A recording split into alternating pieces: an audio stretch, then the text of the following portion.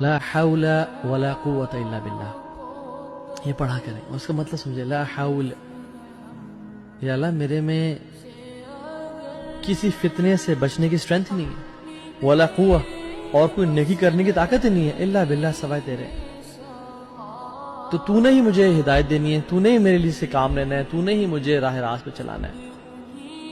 اور اسی لیے سبحان اللہ ہم دیکھیں جب یہ اذان پڑھی جا رہی ہوتی ہے ہم جواب دیتے ہیں اور ہم اذان کے سیم الفاظ ریپیٹ کرتے ہیں، بٹ جب بات آتی ہے حی علی الصلاح، حی علی الفلاح، ہم نہیں کہتے یہ حی علی الصلاح، ویسے لا حول ولا قوت الا باللہ، کہ اللہ ہمارے میں تو ہمت و طاقت نہیں ہے، تو نہیں ہمت دینی ہے فلاح کی طرف جانے کی اور نماز کی طرف جانے کی. حتیٰ کہ ہم مسجد میں بھی بیٹھے ہوں تب بھی ہم کہتے ہیں یا اللہ تو نے کھڑا کر کے تو نہیں توفیق دینی ہے نماز پڑھنے کی. ورنہ کتنے لوگ ہیں جو مسجد کے پاس رہتے ہیں اور ان کو توفیق نہیں ہوتی آج تک نماز پڑھنے کی.